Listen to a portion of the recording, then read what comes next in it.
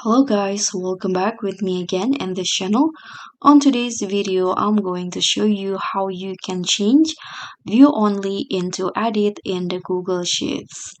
So if you're having this view only Google Sheets and you want to edit the file, because when you are in view only you cannot do anything in here, you cannot delete or add anything to the file.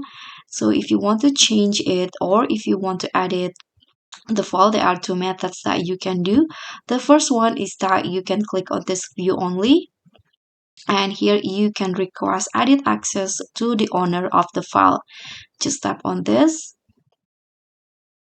Now you can ask owner to be an editor for the file. You can add the message if you want to, and now you can just tap on send and just wait until the owner send you the access.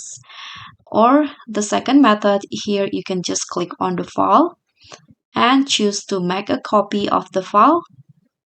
Click on make a copy, and here the copy of the file will be opened automatically. And now on the copy versions, you can see there's no view only mode, so you can edit the file as you like, or you can edit the files easily here. And so that's all from me. I hope this simple tutorial will be helpful. Don't forget to like, comment, and subscribe, and also click on the thanks. Bye!